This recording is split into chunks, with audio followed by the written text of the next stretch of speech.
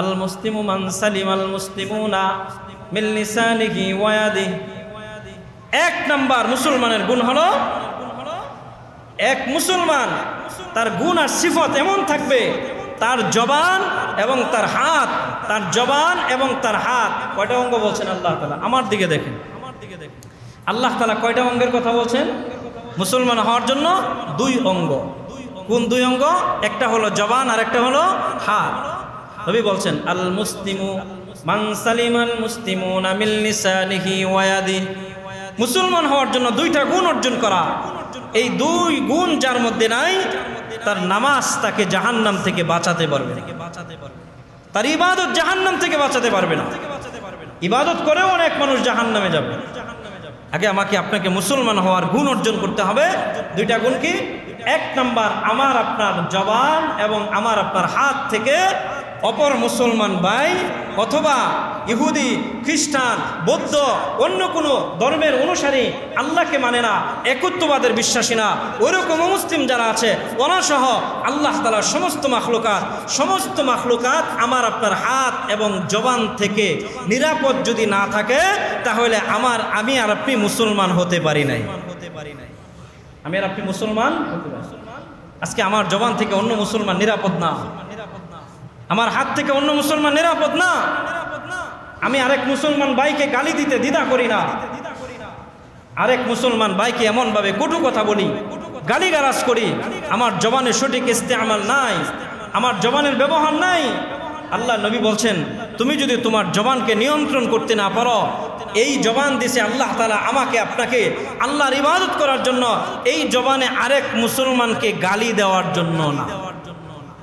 কি বলেন? আল্লাহ দিয়েছেন। আজকে আমার আপনার জবান থেকে অন্য মুসলমান খালি না। গীবত বলেন, শিকায়াত বলেন, পরনিন্দা বলেন, চুগলখড়ি বলেন, আরেক মুসলমান ভাইকে এমন কটু কথা বলি, যেই কটু কথা বলার কারণে আমার ঈমান নষ্ট হয়ে যায়, আমার আমল বরবাদ হয়ে যায়। এজন্য আল্লাহ রাসূল বলছেন আল মুসলিমু মান সালিমাল মুসলিমুনা মিন লিসানিহি ওয়া ইয়াদিহি। তোমার জবান থেকে অপর মুসলমান ভাই যদি নিরাপদ না থাকে, তাহলে তুমি নিজেকে মুসলমান দাবি করবা, এই মুসলমানিত্ব দ্বারা আল্লাহ তাআলার সান্নিধ্য অর্জন করতে পারবে। আজকে আমার হাত থেকে অপর মুসলমান নিরাপদ না। আজকে সারা বাংলাদেশের চিত্র দেখেন, যারা এরকম বিভীষিকাময় অবস্থার মধ্যে মানুষের ঘর বাড়ি আগুন দিয়ে পুরো শেষ করে দিতেছে, মানুষের জান মালের নিরাপত্তা নাই, মুসলমান রক্ত পিপাসু হয়ে গেছে, এক মুসলমান আরেক মুসলমানের রক্ত খা, মুসলমানের সম্মান আর ইজ্জত কমে গেছে। অথচ আল্লাহ নবী বলছেন মুসলমান তো এমন হওয়ার কথা ছিল, এক মুসলমান আরেক মুসলমান ভাই, এক মুসলমান যদি কোনোভাবে আঘাতপ্রাপ্ত হয়, আরেক মুসলমান তার জন্য তার জীবন বাজি রেখে ওই ভাইয়ের সেবা করবে, কিন্তু না করে আজকে মুসলমান সেবক না, এক মুসলমান আরেক মুসলমানের রক্ত খাওয়ার জন্য পাগল পারা হয়ে গেছে। এটা মুসলমানের খাসরত না। মুসলমানের জান মাল ইজ্জত, আমার নিজের জান যেরকম আল্লাহর কাছে মূল্যায়ন আছে, আমি দামি, আরেক মুসলমানও আল্লাহর কাছে ওরকম দামি। আমার নিজের জীবনকে যেভাবে হেফাজত করব, আরেক মুসলমানের জীবনকে ওভাবে হেফাজত। আমার প্রতিবেশী যদি খ্রিস্টান থাকে, তাকেও নিরাপত্তা দিব, সংখ্যালঘুর উপর হামলা করব না, এটা মুসলমানের খাসরত না। কিন্তু আজকে মুসলমান নবীর খাসরত থেকে, আদর্শ থেকে দূরে সরে আসছে, যার কারণে আমরা শান্তির আশা করি পশ্চিমকালেও আমার আপনার জীবনে শান্তি আসতে পারে। আমি আর আপনি শান্তি পাবো না। নবীর আদর্শ, নবীর সুন্নত, নবীর জিন্দিগি যদি ধারণ না করি, আমি আর আপনি নামাজ পড়ব, নামাজ কবুল হবে না। আমার আপনার দেমাগ সারাদিন 24 ঘন্টা আরেক মুসলমানের ক্ষতি করার জন্য পরিকল্পনাকারী আমার দেমাগ, ওই দেমাগ নিয়ে এসে নামাজ পড়ব, আল্লাহ আপনার নামাজ কবুল করবেন। আল্লাহর ইজ্জতের কসম, আমি ফতোয়া দিলাম, আপনার নামাজ আল্লাহর কাছে গ্রহণযোগ্য না। শুধু নামাজ পড়ার নাম ইবাদত না, নামাজ পড়ার নাম মুসলমানিত্ব না। আরেকজন মুসলমানের জান মাল, ইহুদি খ্রিস্টান অমুসলিম তারও জান মাল, গাছের একটা পাতা অন্যায়ভাবে ছিঁড়া নিষেধ। গাছের একটা পাতা আপনার প্রয়োজন নাই। তিরমিজি শরীফের হাদিসের মধ্যে আছে, নবী বলছেন একটা গাছের পাতাও আল্লাহর জিকির করে 24 ঘন্টা। আল্লাহ কোরআনের মধ্যে বলছেন, আল্লাহ কোরআনের মধ্যে বলছেন আল্লাহর সমস্ত মাখলুকাত এটা আল্লাহর পরিবার। গাছ বলেন, তরুলতা বলেন, জঙ্গলের গাছপালা, পশু পাখি, হাইওয়ান, জানোয়ার, মানুষ, অমুসলিম, আল্লাহর একত্ববাদে বিশ্বাসী না, সকলেই মিলে আল্লাহর একটা পরিবার। যখন আল্লাহর পরিবারে কেউ হাত দিয়ে টাচ করে, আল্লাহ তাআলা তাকে ছাড়ে না, তাকে ধ্বংস করে দেয়। এজন্য আমার আপনার মুসলমানিত্ব ফিরে আনার দরকার, মুসলমানের গুণ অর্জন করার দরকার।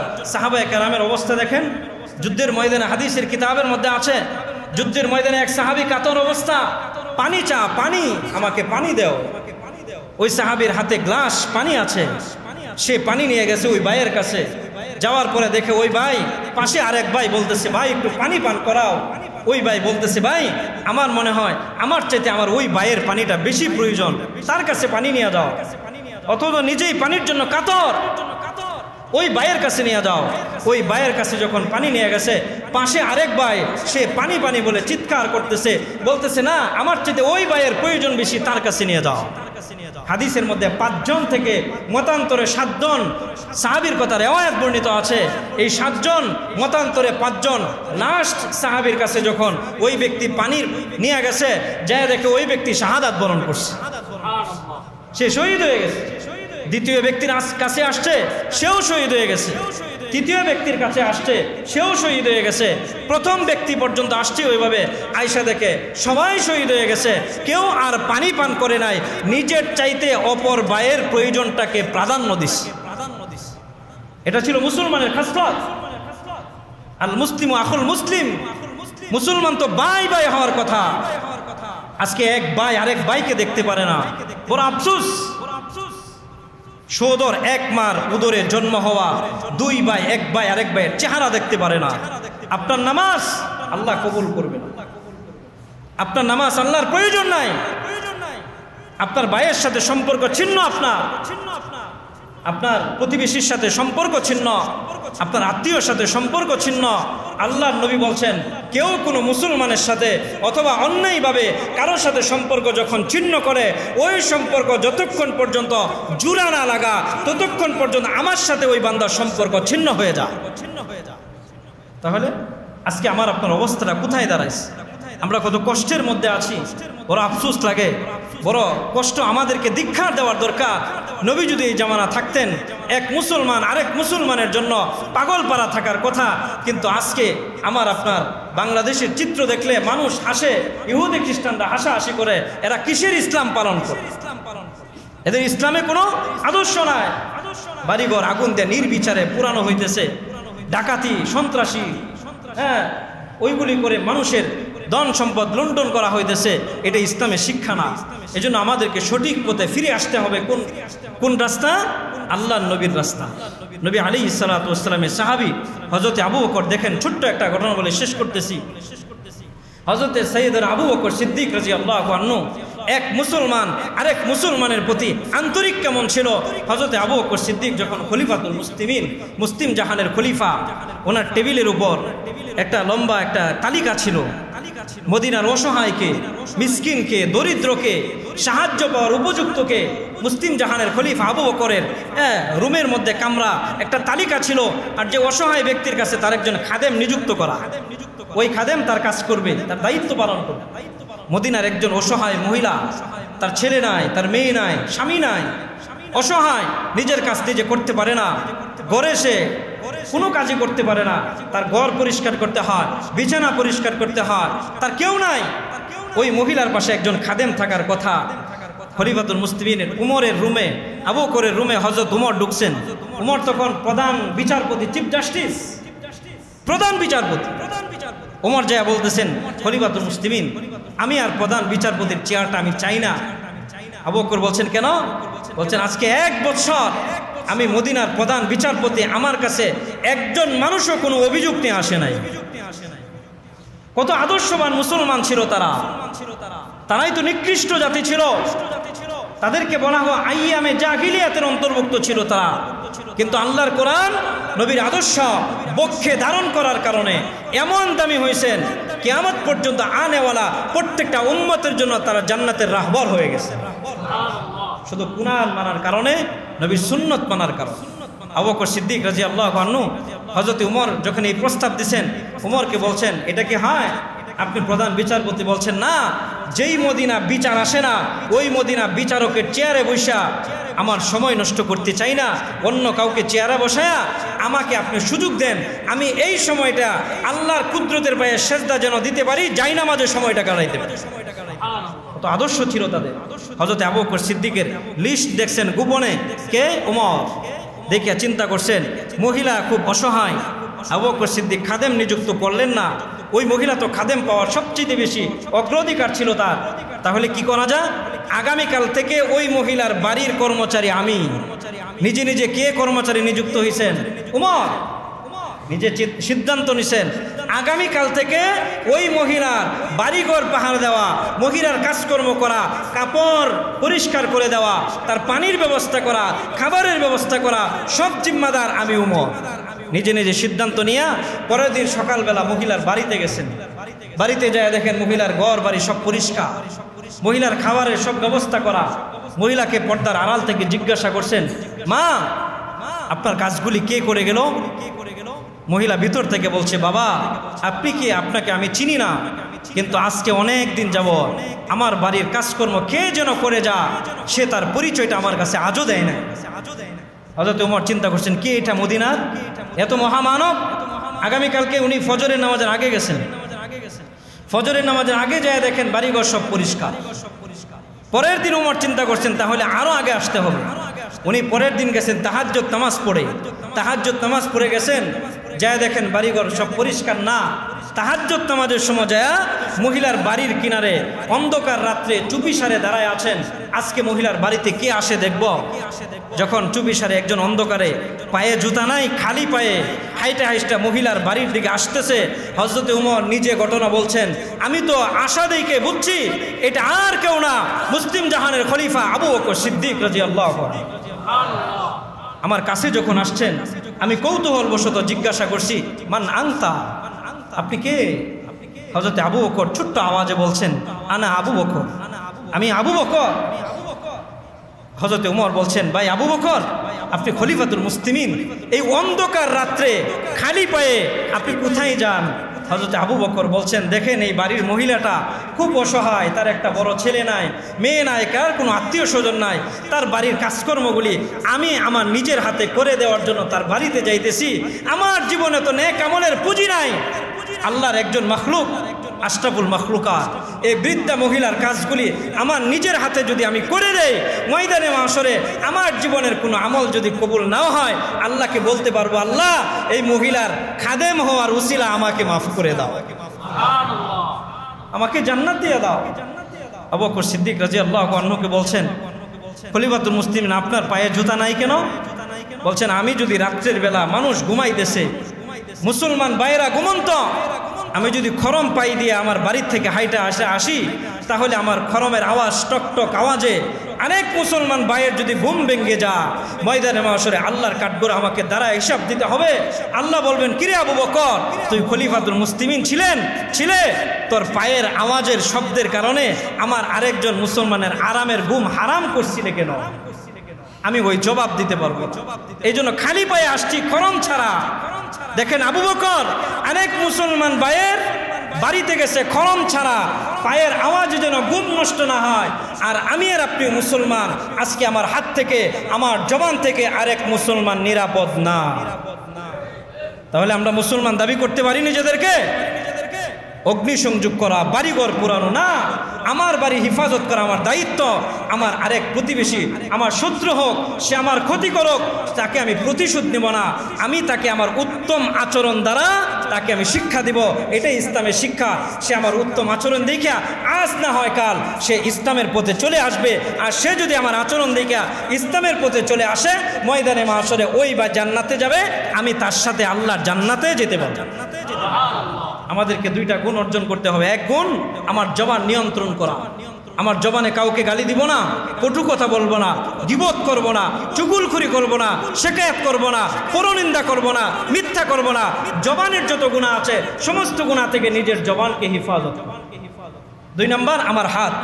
আমার হাত দ্বারা অন্যায়ভাবে কাউকে চড় মারবো না, কাউকে থাপ্পড় দিব না। কাউকে তো ছুরি দিয়ে আঘাত করব অনেক দূরের কথা, থাপ্পড়টা দিব না। যদি এমনভাবে দুইটা গুণ অর্জন করতে পারি তাহলে আমি মুসলমান, নবীর সামনে ময়দানে মাশরে দাঁড়াতে পারবো। নবী হাত দেয়া দইরা বলবেন, তুমি আমার খাঁটি উম্মত, আসো আজকে আবু বকরের সাথে তুমিও আমার সাথে জান্নাতে যাবা। নবী আমার আপনার হাতটা দইরা আল্লাহ তাআলা জান্নাতে নিয়ে যাবেন ইনশাআল্লাহ। আমরা দুই গুণ অর্জন করতে রাজি আছেন ইনশাআল্লাহ? কারো প্রতি হিংসাত্মক মনোভাব রাখবো না। অনুরোধ, আমি দায়িত্বশীল হিসাবে আমাদের এলাকা কমসে কম কোনো হিন্দু যেন আমার হাত দ্বারা জবান দ্বারা আঘাতপ্রাপ্ত না হয়। রাজি আছেন ইনশাআল্লাহ?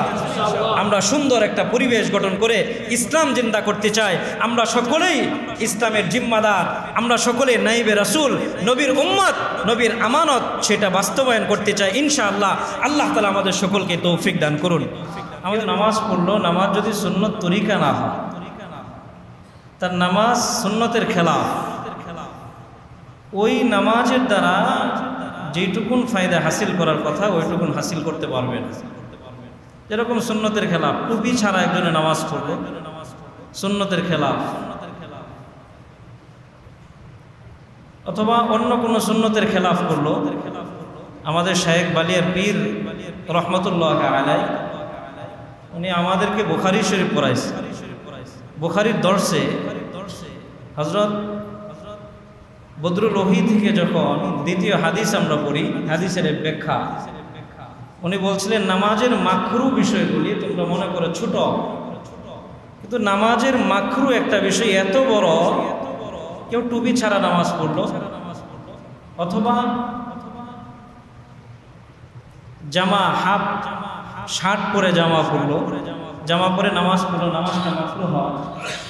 এই নামাজের মাকরু যত বিষয় আছে, এই নামাজের মাকরুহ বিষয়গুলি ময়দানে মাশরে তার নামাজটা তার সামনে দাঁড়াবে, আল্লাহ তাআলার সামনে তার নামাজ দাঁড়াবে এমন অবস্থা, নামাজটা বোবা থাকবে, কথা বলতে পারবে, নামাজ চুপচাপ দাঁড়ায় থাকবে, যে কথা বলতে পারে না, বাকশক্তিহীন, ওই মানুষটা যেরকম তার মনের একটা কথা ব্যক্ত করতে পারে না, স্বাভাবিক মানুষকে বোঝাইতে পারে না, ঠিক নামাজের মাকরু কোনো বিষয়, সুন্নতের খেলাফ কোনো বিষয় যদি নামাজে হয়, ওই নামাজটাও ওই রকম বোবা মানুষের মতো হবে। ময়দানে মাশরে আল্লাহর সামনে দাঁড়ায় থাকবে, নামাজের জন্য সুপারিশ করতে পারবে। আমার আপনার নামাজ যদি সুপারিশ না করতে পারে, তাহলে ওই নামাজের দ্বারা ফায়দা হাসিল করতে পারবে। এজন্য আমার আপনার জীবনের সমষ্টিগত সমস্ত ইবাদত রাসূলের সুন্নত মোতাবেক হওয়া চায়। এই জন্য রাসূল বলছেন, আমার উম্মত তোমরা আমার সুন্নত আদর্শ মানো, ময়দানে মাশরে তোমরা আমার সাথে জান্নাতে থাকবা। এরকম হাদিসের মধ্যে রাসূল বলছেন, মান আহাব্বা সুন্নতি ফাকাদ আহাব্বানি ওয়া মান আহাব্বানি কানা মাই ফিল জান্নাহ। যে যত বেশি আমার সুন্নতকে আঁকড়ে ধরবা, তার সাথে আমার তত বেশি সম্পর্ক হবে, এবং হাসরের ময়দানে সে তত বেশি আমার কাছ থেকে ফায়দা নিতে পারবা। তোমার জন্ম 1500 বছর পরে হোক, বাংলাদেশে হোক, কিন্তু ময়দানে মাশরে তুমি একেবারে আমার কাছাকাছি জান্নাতে বসবাস করার সৌভাগ্য অর্জন করতে পারবে। সাহাবায়ে কেরাম আমল করার জন্য পাগল করা ছিল, আর তাদের প্রত্যেকটা আমল নবীর সুন্নতের খেলাফ ছিল না, সুন্নত মোতাবেক ছিল। রাসূলের একটা আদর্শ, একটা সুন্নত নিজের জীবনে বাস্তবায়ন করবার জন্য সাহাবায়ে কেরাম নিজের জীবন বাজি রেখে চেষ্টা করছেন। এরকম হাদিসে কত ইবাদত করছেন সাহাবায়ে কেরাম। আমার আপনার জীবনে ইবাদতও নাই, ইবাদত করিও না, পুঁজিও নাই, আবার ইবাদত করার না করার কোনো পেরেশানিও নাই। সাহাবায়ে কেরাম ইবাদত করছেন বেশি, আবার পেরেশানিও ছিল তাদের বেশি। এবং হাদিসের মধ্যে আছে, আম্মা জান আয়েশা রাদিয়াল্লাহু আনহা রাসূল করিম সাল্লাল্লাহু আলাইহি ওয়াসাল্লামকে নিয়ে একদিন রাত্রের বেলা নবী শুয়ে আছেন আম্মা জান আয়েশার হুজরা ঘরে। নবীর ঘর তো আমার আপনার মতো শক্ত প্রাচীর ছিল না, ছাদ ছিল না। নবীর জিন্দেগি ছিল জীর্ণ শীর্ণ এক জিন্দেগি অবলম্বন করছে। আম্মা জান আয়েশার ঘরে শুয়ে আছেন আল্লাহ রাসূল। আম্মা জান আয়েশা নবীর সাথে শুয়ে আছেন বিছানা। আম্মা জান আয়েশা ঘরে শুয়ে আছেন, উপর থেকে আসমান দেখা যায়, রাত্রের বেলা চাঁদনি রাত, আকাশের তারকারাজি গণনা করে আম্মাজান আয়েশা 1 2 3 4 5 লম্বা সময় গণনা করে পেঁচ লাগে, গণনা শেষ করতে পারে না, আবার গণনা করে, এবার বেশ কয়েকবার করার পরে নবীকে বলছে, ইয়া রাসূলুল্লাহ, আকাশের তারকারাজি যেরকম গণনা করা যায় না, গণনা করা সম্ভব না, অসংখ্য অগণিত তারকারাজি আছে যেগুলি দুনিয়ার কোনো মানুষ যত আধুনিক যন্ত্রই আবিষ্কার করো, কোনো যন্ত্র দিয়ে আকাশের তারকারাজি গণনা করা সম্ভব, এত অসংখ্য আকাশের তারকারাজি। আম্মাজান আয়েশা নবীকে বলছেন, বিশ্ব নবী, ইয়া রাসূলুল্লাহ, আকাশের তারকারাজি যেরকম গণনা করা যায় না, আপনার উম্মতের মধ্যে এমন কোন উম্মত কি আছে যার জীবনে নেক আমল এমন যে আকাশের তারকারাজির সমান? আল্লাহ রাসূল আম্মাজান আয়েশাকে বলছেন, আয়েশা, আছে, আমার উম্মতের মধ্যে একজন উম্মত এমন আছে আকাশের তারকারাজি যেরকম গণনা করা যায় না, আমার ওই উম্মতের নেক আমল ওই রকম পরিমাপ করা, গণনা করা, শেষ করা যাবে না। আল্লাহ রাসূলকে আম্মাজান আয়েশা বলছেন, ইয়া রাসূলুল্লাহ, আপনার ওই সাহাবীর নাম কি, আপনার উম্মতের নাম কি? আল্লাহ রাসূল বলছেন, আমার ওই সৌভাগ্যবান উম্মতের নাম খাত্তাবের বেটা উমর। উমরের জীবনে এমন নেক আমল জমা করা আছে আকাশের তারকারাজির এরকম গণনা করা সম্ভব না। উমরের নেক আমল ওই রকম, উমরের নেক আমল গণনা করে শেষ করার মতো না। আমাদের আয়েশার মনটা একটু বেজার। নবীর একদিকে শুয়ে আছেন, আম্মাজান আয়েশা আরেকদিকে ফিরে শুয়ে আছেন। কিছুক্ষণ পরে আল্লাহ নবী আম্মাজান আয়েশাকে হাত ধরে টান দিয়ে বলছেন, আয়েশা, তোমার মনটা বেজার, তোমার বাবার কথা বলি নাই যে আকাশের তারকারাজির সমান নেক আমল, তোমার বাবার নামটা বলবো, তুমি এরকম ধারণা করছিলা? তোমার বাবার নামটা বলি না, এরকম তুমি মনটা বেজার করে আছো? আমাদের আয়েশা বলছেন, ইয়া রাসূলুল্লাহ, আল্লাহর ইজ্জতের কসম, আমি ওইটাই চিন্তা করতেছিলাম যে আমার বাবার আমলের কথা না বলে আল্লাহর নবী ওমরের কথা বললেন। আমাদের আয়েশাকে আল্লাহ রাসূল বলছেন, আয়েশা, তুমি জানো তোমার আব্বার আমল নামার মধ্যে এত নেকি জমা করা আছে, আমার সাথে যে গাঁরে সৌরের 3 দিন তোমার আব্বা আমার সাথী ছিল, ওই 3 দিনের ভিতরে 3 দিন আল্লাহ যে পরিমাণে নেকি দান করছে, ওই 3 দিনের নেকি না, তোমার আব্বার 1 দিনের নেকি, আর কিয়ামত পর্যন্ত ওমর সহ কিয়ামত পর্যন্ত আনেওয়ালা আমার সমস্ত উম্মতের নেকি যদি এক পাল্লা দেওয়া হয়, আর তোমার আব্বার 1 দিনের নেকি যদি এক পাল্লা দেওয়া হয়, তাহলে তোমার আব্বার নেকির পাল্লাটাই ভারী হবে।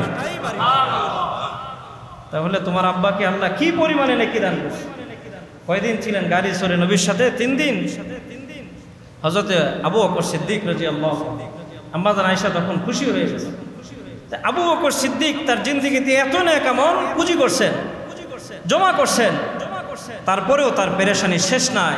আকাশে উড়ন্ত পাখি যখন যাইতো, আবু বকর সিদ্দিক রাদিয়াল্লাহু আনহু আফসোস করে বলতেন, আমি যদি মানুষ না হয়ে আমি যদি আকাশের উড়ন্ত পাখি হয়ে যাইতাম, কত ভালো ছিল।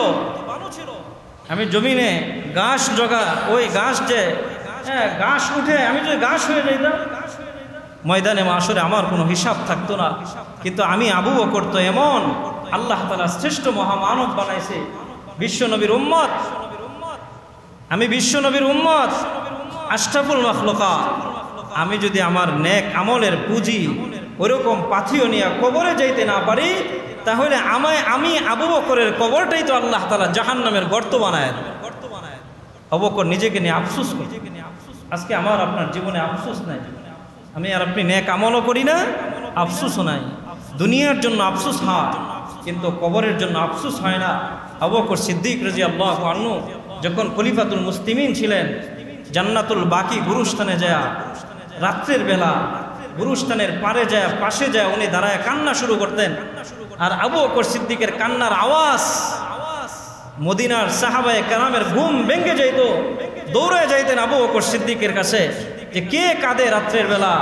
জান্নাতুল বাকিতে যায় দেখতেন আবু বকর ছোট্ট বাচ্চার মতো হাউমাউ করে চিৎকার করে গভীর রাত্রে কান্না করতেন। সাহাবায়ে কেরাম যায় জিজ্ঞাসা করতেন, আবু বকর, আপনি রাত্রির বেলা এত জোরে কান্নাকাটি করতেছেন, কারণ কি? আবু বকর সিদ্দিক বলতেন, দেখো, আমার সাথী, আমার বন্ধু বান্ধব, আমার প্রতিবেশী অনেকেই মারা গেছেন, নবীর জীবন দশা, তারাও নবীর সাহাবী ছিল, তাদের ইন্তেকাল হয়েছে নবীর জামানা, নবী তাদের জানাজার ইমামতি করছেন। অনেক সাহাবী এমন আছে যে ওই সাহাবীর লাশ আল্লাহ নবী নিজের হাতে কবরে রাখছেন। তারা তো জান্নাতে চলে গেছে, এখন তো নবী নাই। আমি আবু বকর তো আছি, আমার ইন্তিকাল হলে আমার জানাজার ইমামতি তো আর নবী করবে না, আমার লাশ তো কবরে নবী রাখবে না, না জানি আমার এই কবর, এই গর্তটা আমার জন্য জাহান্নামের কারণ হয়ে যায়। আবু বকর সিদ্দিক চিন্তা করতেন, রাত্রির বেলা কাঁদতেন।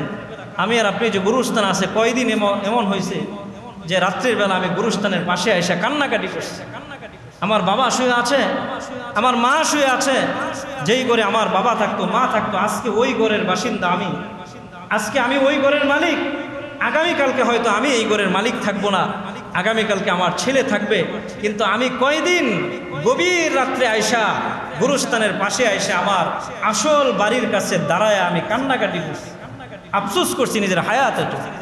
এজন্য আমার আপনার উচিত নিজের জীবনকে সাফল্যমণ্ডিত করবার জন্য নিজের জীবনকে গঠন করা। জীবনটা গঠন করব কিভাবে? আমাকে আল্লাহ তাআলা সুন্দর একটা ফরমা দিয়া দিছেন, ওই ফরমার নাম মুহাম্মদুর রাসূলুল্লাহ সাল্লাল্লাহু। মুমিনের কত দাম জানেন? একটা মাত্র হাদিস নবী বলছেন, আমাকে নিজের জীবনের চাইতে ভালোবাসা না দিতে পারলে সে মুমিন হবে না। আর মুমিনের কত মূল্য জানেন? আমি আর আপনি তো জাহান্নাম ভয় পাই। নবীর হাদিস প্রমাণ করে, হাদিসে কুদসি নবী বলছেন, একজন মুমিনকে জাহান্নামের আগুন ভয় পায়, জাহান্নামের আগুন মুমিনকে ভয় পায়। ইমানের পরিচর্যা করে কেউ যদি মুমিন হয়, খাঁটি মুমিন হতে পারে, ওই মুমিনকে দেখা মুমিন জাহান্নাম ভয় পাবে না, মুমিনকে দেখা জাহান্নাম ভয় পায়। নবী আলাইহিস সালাতু ওয়াস সালাম হাদিসের মধ্যে বলছেন, কোন মুমিনকে যখন মুমিনের জামাত ময়দানে মাশরে আল্লাহ বলবেন তোমরা জান্নাতে যাও, জাহান্নামের উপরে হলো ফুলসিরাত, পাড়ি দিতে হবে আমাকে আপনাকে সকলকে। ওই পদ্মা সেতু না, বাংলাদেশের সেতু না, যমুনা সেতু না, আমাকে আপনাকে ফুলসিরাতের সেতু পাড়ি দিতে হবে। সেতু পাড়ি দেওয়ার ওই পারে হলো জান্নাত, নিচে হলো জাহান্নাম। নবী আলাইহিস সালাতু ওয়াস সালাম বলছেন, ও আমার উম্মত জানো, তুমি যদি মুমিন হতে পারো তোমার মূল্য কত। মুমিনকে যখন আল্লাহ বলবেন জান্নাতে যাও, হাসরের ময়দানে আদেশ করবেন, মুমিন যখন ফুলসিরাতের উপর পা রাখবে আর হাইটা হাইটা যাইতে থাকবে জান্নাতের দিকে, তো জাহান্নামের আগুন চিৎকার করে বলতে থাকবে, আল্লাহ বলবে, মুমিন ভাই তুমি তাড়াতাড়ি আমার উপর থেকে সরে যাও। জাহান্নামের আগুন চিৎকার দিবে, তুমি আমার উপর থেকে তাড়াতাড়ি সরো। ওই জাহান্নামের আগুন আল্লাহকে ডাক দিয়া বলবে, আল্লাহ যেই মুমিনের ইমানের আলো, তার নামাজের আলো, তার সৎ কাজের আলো, তার জীবনের নেক আমলগুলি এত সুন্দর আলো, ওই আলোর কিরণে আমি জাহান্নামের আগুন নিভে যাওয়ার উপক্রম, আল্লাহ তোমার কাছে দরখাস্ত, ওই মুমিন বান্দাটাকে আমার উপরে ছেড়ে দিও না, যদি ছেড়ে দাও তাহলে আমি জাহান্নামের আগুন ধ্বংস হয়ে যাব। মুমিনের ইমানের আলো দেখে, নূরের আলো দেখে জাহান্নাম ভয় পা, আর আমি আর আপনি তো জাহান্নাম ভয় পাই। আমি জাহান্নাম ভয় পাবো না। মুমিন মৃত্যুকে ভয় পায় না, মুমিন মৃত্যুর জন্য অপেক্ষা করে। মৃত্যুর ওপরেই আল্লাহ। দুনিয়াতে চর্মচোখে আল্লাহকে দেখা যাবে না, দুনিয়াতে চর্মচোখে আল্লাহকে দেখা সম্ভব না। মৃত্যু হওয়ার আগে আল্লাহ দেখা যাবে না। আমার আপনার জীবনের মূল উদ্দেশ্য হলো আল্লাহ পাওয়া, আল্লাহকে দেখা। আল্লাহর সাথে যদি সাক্ষাৎ করতে চাই, আলিঙ্গন করতে চাই, যেতে হবে কোথায়? মৃত্যুর ওপারে যেতে হবে। দুনিয়াতে থেকে আল্লাহকে দেখা সম্ভব না, চর্মচোখে আল্লাহকে দেখা যাবে না। আল্লাহ ওই পাওয়ার চোখের মধ্যে দেয় না। মুসা কালিমুল্লাহ পারে নাই, হাদিসের মধ্যে আছে। মুসা কালিমুল্লাহ আল্লাহকে বলছিল, আল্লাহ তোমাকে দেখতে চাই, তুর পাহাড়ে যায়। আল্লাহ বলছেন, না লাং তারানি মুসা, এটা তোমার দ্বারা সম্ভব না, তোমার চর্মচোখে পাওয়ার নাই, আমাকে দেখতে পারবা না। মুসা তো একটু এক রুখা প্রকৃতির ছিল, নবীদের মধ্যে আল্লাহর সাথে খুব ভালোবাসা ছিল। আল্লাহকে বলছে, না আল্লাহ তোমাকে এক নজর দেখতে চাই। আল্লাহ তাআলা বারবার আবেদন যখন করতেছে, নবী পয়গম্বর ওনার আবেদন কবুল করছেন। ঠিক আছে, তুমি তুর পাহাড়ে যাও, আমি তোমাকে আমার নূরের তাজাল্লি দেখাবো। হাদিসের মধ্যে আছে আল্লাহ তাআলা ৭০,০০০ পর্দার ভিতরে থেকে আল্লাহ তাআলার নূরের অল্প তাজাল্লির একটা ঝলক দিয়েছেন। মুসা নবী ওই তুর পাহাড়ে পড়ে বেহুশ হয়ে পড়ে গেছে। আল্লাহকে দেখা সম্ভব না। আল্লাহ বলছেন লাং তারানি মুসা, চর্মচোখে আমাকে দেখতে পারবা না, এই পাওয়ার আমি দেই নাই। তাহলে আমি আর আপনি যদি আল্লাহর সাথে সাক্ষাৎ কামনা করি তাহলে মৃত্যুর আলিঙ্গন ছাড়া হবে। এজন্য মুমিন কি মৃত্যুকে ভয় পাবে না? মুমিন মৃত্যুর অপেক্ষা করবে, কখন আসবে মৃত্যু। মৃত্যু হইলেই তো আমি আমার মাশুকে হাকিকি, আমি যার আশেক, আমি যার জন্য 5 ওয়াক্ত নামাজ ছাড়ি না, আমি যাকে দেখার জন্য তাহাজ্জুদ ছাড়ি না, শেষ রাত্রে আমি তাহাজ্জুদ পড়ে মাওলায়ে পাকের দরবারে চোখ দিয়ে পানি জড়ায় জমিনের মাটি ভিজায় দেয়। কোথায় আজকে মুসলমান তো তাহাজ্জুদ গুজার না। আমি আর আপনি তো তাহাজ্জুদ পড়ি না। সাহাবায়ে কেরাম কো শেষ রাত্রে তাদের কান্না পুরা মদিনা মুখরিত হয়ে যেত। আমার আপনার ইমান তো মুখে মুখে, আমল তো মুখে মুখে, এই মুখের ইমান দেয়া কাজে আসবে না, আমার ইমানটা দিলে বসাইতে হবে। এজন্য আল্লাহ রাসূল সাল্লাল্লাহু আলাইহি ওয়াসাল্লামের আদর্শ ছাড়া সাহাবায়ে কেরাম নবী আলাইহিস সালাতু ওয়াসসালাম কত কাঁদছেন জানেন? শেষ রাত্রে নবী কান্নাকাটি করছেন। একটা মাত্র হাদিস শোনাই। আল্লাহ রাসূল সাল্লাল্লাহু আলাইহি ওয়াসাল্লাম একদিন মসজিদে নববীতে হযরতে বেলাল আযান দিছেন, আসসালাতু খায়রুম মিনান নাওম বলছেন। বেলালের আযানে সাহাবায়ে কেরাম আসছেন ফজরের জামাত কায়েম করার জন্য। নবী আসে না, সাহাবায়ে কেরাম অপেক্ষা করতেছে, নামাজের সময় চলে আসছে কিন্তু নবী আসে না। সাহাবায়ে কেরাম একজন আরেকজনে পরামর্শ করতেছেন, নবী মনে হয় ঘুমায় গেছে।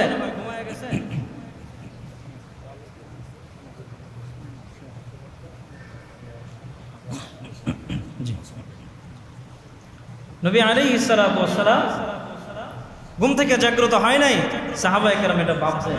তো নবী আলাইহিস সালাতু ওয়াস সালাম হযরত সাহাবী পরামর্শ করতেছেন কে যাবে নবীকে ডাক দেওয়ার জন্য, ঘুম থেকে জাগ্রত করার জন্য। সাহাবায়ে কেরাম পরামর্শ করছেন আমাদেরকে বেলাল ডাইকে নিয়ে আসছে, বেলালই যান, নবীকে ডাক দে। হযরত বেলাল কিচ্ছু বলে না। সাহাবীরা পরামর্শ করছেন তাহলে আবু বকর যাক, যায় নবীকে ডাক দে। নবী হয়তো ঘুম থেকে জাগ্রত হতে পারে নাই। আবু বকর বলছেন আমি পারবো না। নবী যদি ঘুমন্ত থাকে, নবীর ঘুমটা ইবাদত, আমার পক্ষে সম্ভব নয় বেয়াদবি। তাহলে কে যাবে? উমর যাও, উমর অপারক, উসমান যাও অপারক, আলী অপারক, কেউ যায় না। মজলুম সাহাবী বেলাল, সে কি করবে? সবাই মিলে বলছে বেলাল তুমি আমাদের ঘুম ভাঙিয়ে নিয়ে আসছ, ডাইকা তুমিই যাও, তুমি যা নবীকে ডাইকা ঘুম থেকে উঠাও। হযরত বেলাল হাবশী রাদিয়াল্লাহু আনহু নবীর খুব কাছের মহাব্বতের সাহাবী ছিলেন, এত নবীকে ভালোবাসতেন হযরত বেলাল রাদিয়াল্লাহু আনহু। বেলাল তো মজলুম, সাহাবায়ে কেরাম বলছেন কি করবে অপারক, নবীর ঘরের দরজার সামনে যায়, নবীর ঘরের দরজা আওয়াজ করবে, সাহস নাই বেলালের। বেলাল যায় ঘরের সামনের দরজার পাশ দিয়া বলতেছে আসসালাতু খায়রুম মিনান নাওম, আসসালাতু খায়রুম মিনান নাওম। যখন এই আওয়াজ নবীর হুজরা ঘরের মধ্যে প্রবেশ করছে, কানে ঢুকছে, নবী ঘর থেকে তাৎক্ষণিক বের হয়ে আসছেন। আর হযরতে বেলাল যখন দেখছে নবী ঘর থেকে আসছে, বেলালের চেহারা দেখা হযরতে বেলাল নবীর 2 পা মোবারকের মধ্যে জড়ায়া ধরে কান্না শুরু করছে। বলছেন ইয়া রাসূলুল্লাহ, বুঝতে পারি নাই, আমাদের ধারণা ছিল আপনি হয়তো ঘুমন্ত ছিলেন, কিন্তু এখন যে আপনি ঘর থেকে বের হয়ে আসছেন, আপনি ঘুমন্ত ছিলেন না। আপনি আপনার চোখ দেখে মনে হইতেছে সারা রাত কান্নাকাটি করতে করতে আপনার চোখ দুইটা লাল হয়ে গেছে। রাসূল করিম সাল্লাল্লাহু আলাইহি ওয়াসাল্লাম বলছেন বেলাল আমি সারা রাত ঘুমাইতে পারি নাই, আজকে কোরআনের এক আয়াত নাজিল হয়েছে, ওই আয়াত নাজিল হওয়ার পরে আমার উম্মতের পেরেশানি, সারা রাত আমি সিজদারত অবস্থা আমার মালিকের কাছে দরখাস্ত করছি, আল্লাহ আমার গুনাহগার উম্মতকে তুমি মাফ করে দাও। আমি তো সারা রাত আমার উম্মতের জন্য কাঁদছি বেলাল। আল্লাহর নবী আমাকে আপনাকে এত ভালোবাসতেন, কিন্তু আজকে সেই নবী আমার আপনার কাছে নবীর আদর্শ রেখে গেছেন। আমি আর আপনি চলি ইহুদি খ্রিস্টানদের আদর্শ অনুসরণ করে, নবীর আদর্শ পালনকারী মুসলমানের অভাব। এজন্য আমার আপনার জীবনে শান্তি নাই। নিজেকে মুসলমান দাবি করা দুষ্কর, কঠিন। নবী হাদিসের মধ্যে বলছেন আল মুসলিমু মান সালিমাল মুসলিমুনা মিন লিসানিহি ওয়া ইয়াদিহি। মুসলমান হওয়ার জন্য নবী 2টা মৌলিক কথা বলছেন হাদিসের মধ্যে। এই দুই গুণ আমার আপনার মধ্যে বিদ্যমান আছে কিনা আমি বলার পরে নিজের অন্তরকে প্রশ্ন করবেন। যদি থাকে তাহলে মুসলমান, যদি না থাকে এখনো মুসলমান হতে পারি নাই। যদি মুসলমান না হতে পারি, আমার নামাজ, আমার রোজা, আমার হজ, আমার জাকাত, আমার কোনো ইবাদত আল্লাহর কাছে গ্রহণযোগ্য হবে না। ইবাদত করেও জাহান্নামে যেতে হবে। এজন্য আগে মুসলমানের গুণ অর্জন করা। মুসলমান কি বলছেন?